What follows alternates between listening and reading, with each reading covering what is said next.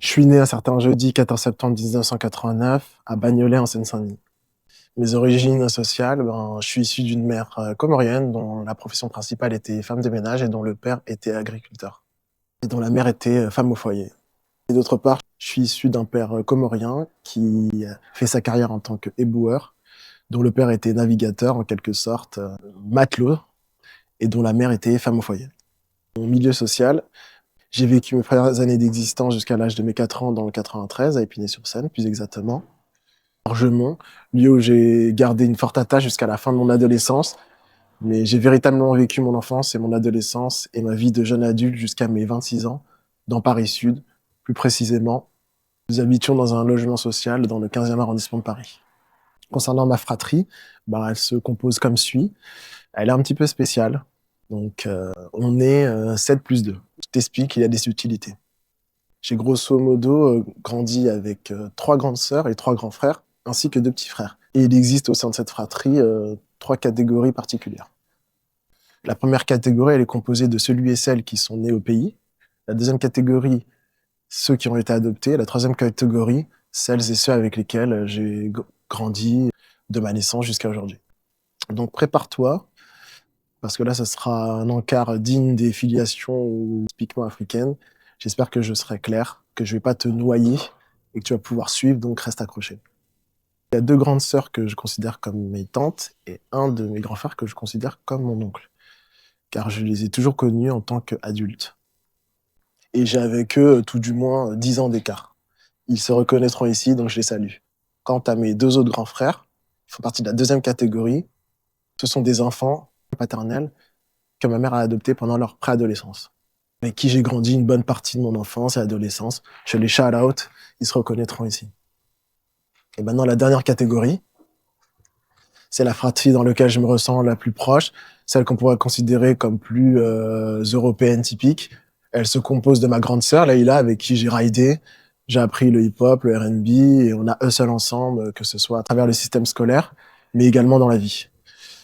Et 2 de mes petits frères, Moufid, qui est mon binôme, mon ancien partenaire de jeux vidéo, et en quelque sorte mon confident. Le tout dernier, Nourdine, qui est le cadet, qui est quant à lui porteur d'un double handicap, l'autisme et la trisomie, qui a été l'un de mes phares dans ma vie.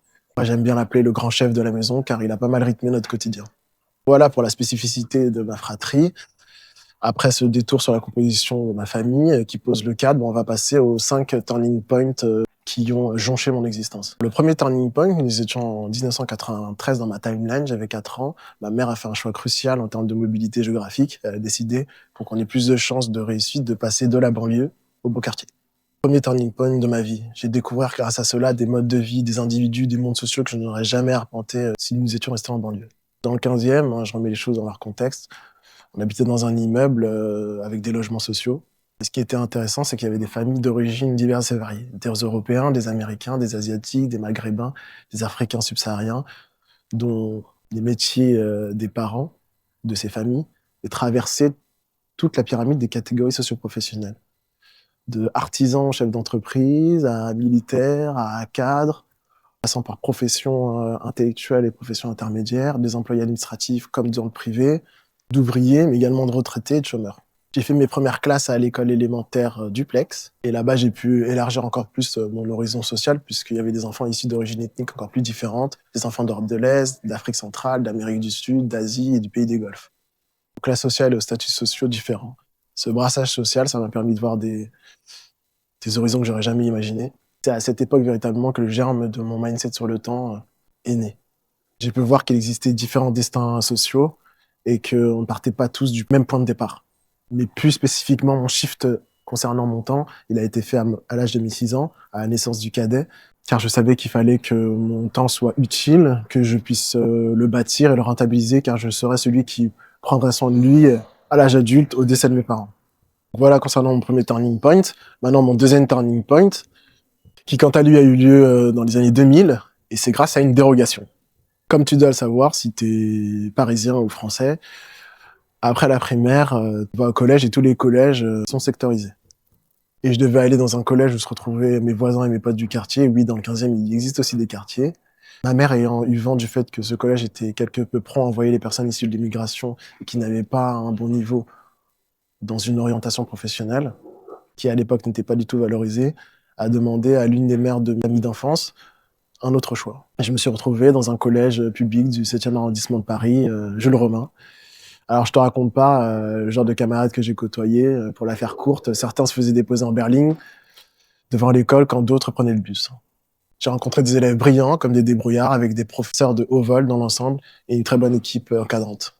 Ce qui est chouette, c'est que dans ce collège, il était hybride. Il y avait des personnes guindées, mais il y avait aussi des personnes défavorisées, donc ça faisait une mixité sociale.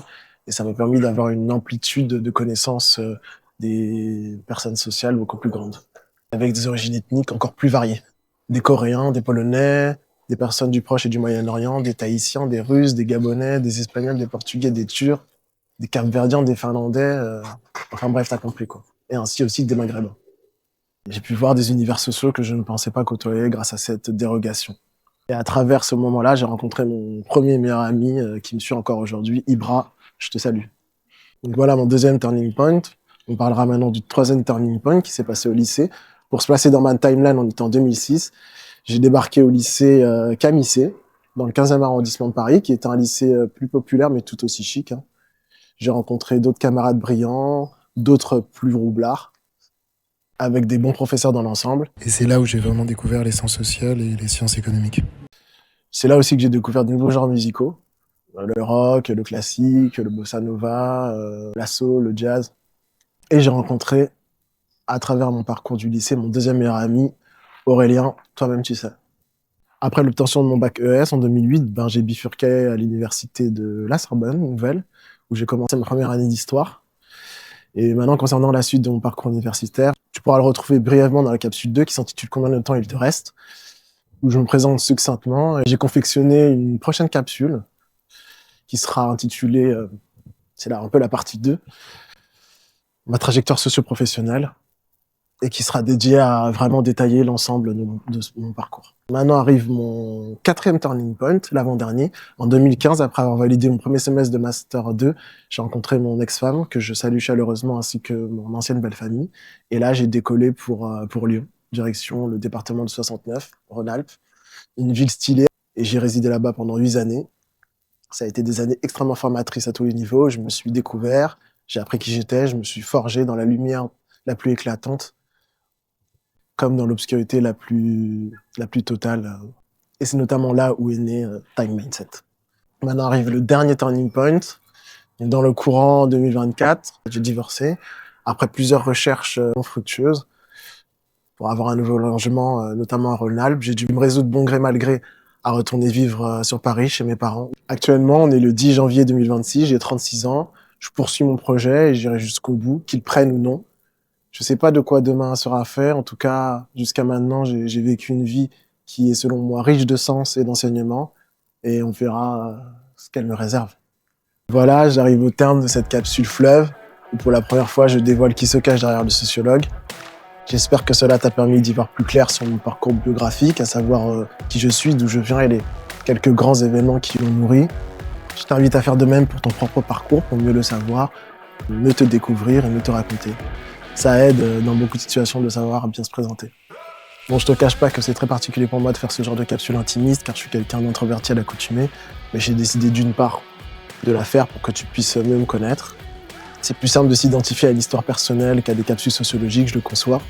Et pour être tout à fait transparent, c'est aussi pour que mes proches puissent en savoir davantage sur moi. Et j'espère secrètement que mes futurs enfants pourront, à travers cette capsule et d'autres, me découvrir et savoir par quelle phase je suis passé avant de concevoir cette chaîne. L'essentiel a été dit. On clôture donc le premier cycle de publication consacré à poser un cadre concernant les temporalités biographiques. On va enchaîner en posant le cadre des temporalités productives.